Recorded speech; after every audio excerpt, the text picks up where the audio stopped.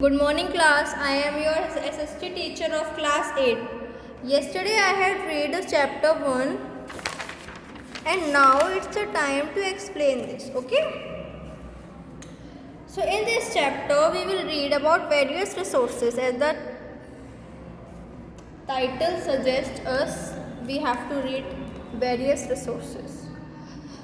Okay. Our earth is made up of three major spheres, which is lithosphere, hydrosphere and atmosphere.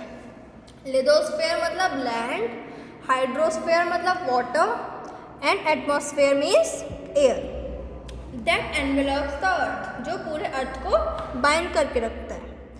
In three layers के बिना human beings can't live without these three layers, lithosphere, hydrosphere and atmosphere. जो ये अब resources ना, what is resource? Okay, anything that can be use to satisfy any of our need is called resources. हमारी जितनी भी needs हैं, हमें जो चाहिए ही चाहिए वो क्या होते हैं? रिसोर्सेज. जब हम अपने चारों तरफ देखेंगे तो हम देखेंगे, हम बहुत सारे रिसोर्सेज को देखेंगे अलग अलग टाइप्स के. जैसे जो हम पानी पीते हैं जब हम प्यासे होते हैं, जब हम खाना खाते हैं हमें भूख लगती है, तो दीज आर ऑल्सो रिसोर्सेज. ठीक है, जब हम स्कूल जाते हैं तो हमें बस चाहिए, हमें कोई व्हीकल चाहिए थ्रू गोइंग टू गो. ठीक है, दीज आर रिसोर्सेज. कभी हम घर पे भी देखते हैं तो हमारी मम्मा हमारे लिए खाना बनाती है, we want that food because हमें चाहिए, हमें भूख लग रही है. These are also resources. तो रिसोर्स भी अपने अलग अलग टाइप्स के होते हैं. Okay, so resources on the basis of development. There are two kinds of resources, which are potential resources and developed resources. Now what are potential resources? Potential resources are those resources which have not yet been utilized by humans. Potential resources वो resources होते हैं जो अभी तक human से utilise मतलब उपयोग, अभी तक ह्यूमन ने उन्हें उपयोग किया ही नहीं है. For example resources of Siberia and Antarctica. मैंने कल भी बताया था साइबेरिया और Antarctica. Siberia country is the name of country, Siberia and Antarctica is the name of continent. मतलब इसका क्या मतलब? एग्जाम्पल में ये क्यों दिया है? क्योंकि अभी तक ह्यूमन बींग्स के थ्रू साइबेरिया और अंटार्कटिका के रिसोर्सेज यूज ही नहीं हुए हैं. On the other hand developed resources. अब developed resources are the resources which are used by human. Potential तो वो थे जो यूज ही नहीं किया अभी तक ह्यूमंस ने, लेकिन जो डेवलप्ड रिसोर्सेज है वो है जो ह्यूमंस यूज करते रहते हैं और उन्होंने कर चुके हैं, लाइक कोल, आयरन और petroleum etcetera, on the basis of renewability. Resources are classified into non-renewable or stock resources and renewable or flow resources. Non-renewable वो resources है जिनका हम बार बार यूज़ नहीं कर सकते. अगर हमने एक बार यूज़ कर लिया तो वो कर लिया, अब वो फिनिश हो चुके हैं. लेकिन रिन्यूएबल वो है जिनका हम बार बार यूज़ कर सकते हैं, लाइक एयर को हम कितना ले लो वो ख़त्म नहीं होगा, राइट? ओके, ठीक है. तो ये हो गए आपके रिसोर्सेज. अब what is physical environment? The physical मतलब जो हम देख सकते हैं, जो हम फील कर सकते हैं. We can see, touch, we can do anything with it. Okay, जैसे physical features, some features like land, rivers, forest, animals and man. हम उसे फील कर सकते हैं, देख सकते हैं, महसूस कर सकते हैं, सुन सकते हैं. We can. Okay, these are physical environment. Come to the next page number 6. Now a question arises, people of which civilization started yielding a variety of agricultural crops? Forest हमें बहुत ही ज़्यादा यूज़फुल है, वो हमें काफ़ी चीज़ें प्रोवाइड करता है. It highly developed cities wood becomes a raw material for very high priced goods like rayon. Cities में जो वुड है, वुड मतलब लकड़ी, जो वो रॉ मटेरियल बन चुकी है. रिवर्स भी एक रिवर्स भी एक साधन बन चुका है, रिसोर्स, वो भी हमारा एक रिसोर्स है। और जब अब रिवर में वाटर है, water through water we can generate electricity which is called hydro electricity. These are the picture of forest. These examples illustrate that the value of an element is not constant, of element of physical environment is not constant। जो इससे हम क्या पता कर रहे हैं कि जो फिजिकल एनवायरनमेंट की वैल्यू है वो एक मतलब कांस्टेंट का यहाँ मतलब है कि वो, इसका मतलब ये नहीं कि वो कभी ख़त्म नहीं होगी। अगर हम उसका ओवर यूज़ करेंगे तो it will be finished. For people with similar natural environment can be poor or very rich। Like a typical example is that of hill people in India and similarly placed people in Scandinavian countries। Scandinavia is the country name and the people of Scandinavia is called Scandinavian।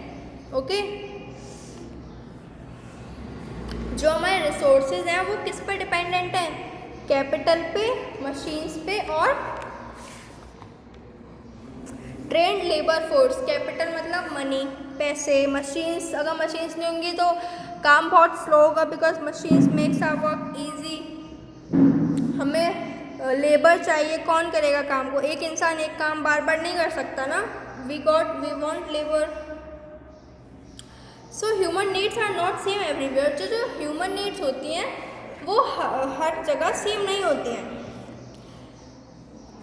Not only there needs vary region to region but also from time to time. सिर्फ हमारे needs reason to reason नहीं, मतलब जैसे हम यहाँ अरुणाचल प्रदेश में हैं तो हमारा ये कल्चर होगा, हमारा ये सब not only of region to region but also time to time. जैसे हमारी ग्रोथ होती जाती है, हम बड़े होते जाते हैं, हमें हायर एजुकेशन चाहिए होती है टू बिकम समवन। मतलब हमारी जो नीड्स हैं वो रीज़न टू रीज़न साथ के साथ साथ टाइम टू टाइम भी डिपेंड करती हैं और चेंज भी होती हैं।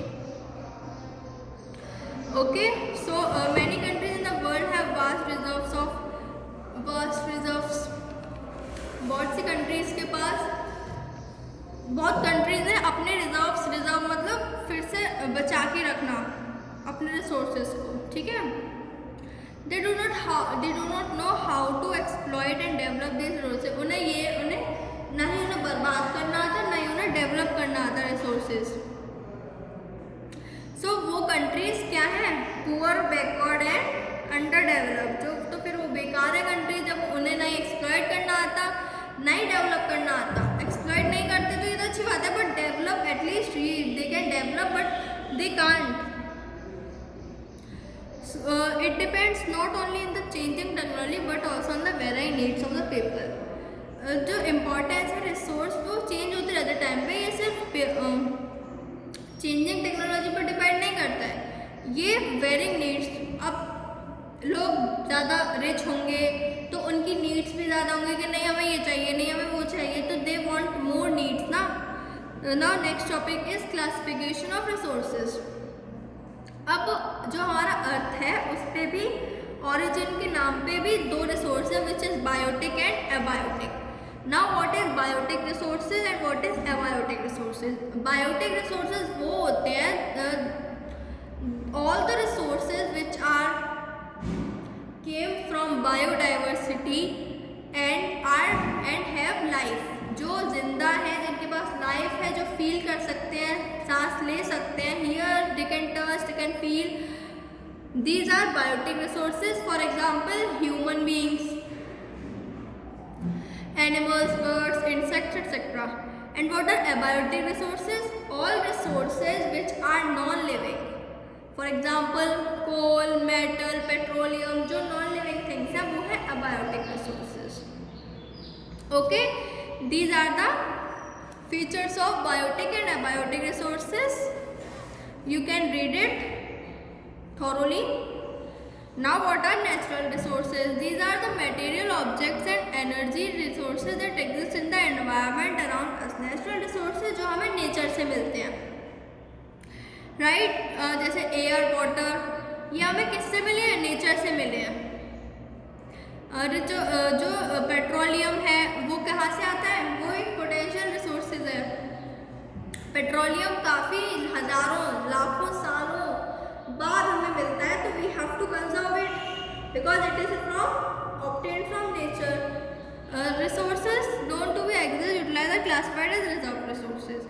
जो रिसोर्सेज हम उपयोग ना करके हम उन्हें रख देते हैं for the future reference, these are called reserve resources. Like example, USA has plenty of petroleum as a reserve resource. USA के पास काफ़ी पेट्रोलियम है एज अ रिजर्व के, अगर आगे फ्यूचर में जाके उन्हें ज़रूरत पड़ती है तो they can use those.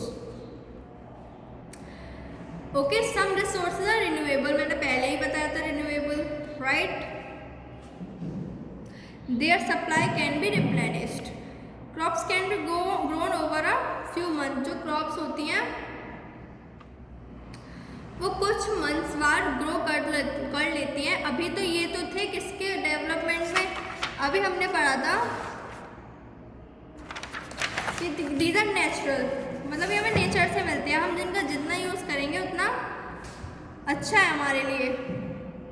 Technology is most precious resource. अब टेक्नोलॉजी तो सबसे ज़्यादा महत्वपूर्ण प्रीशियस है हमारे लिए।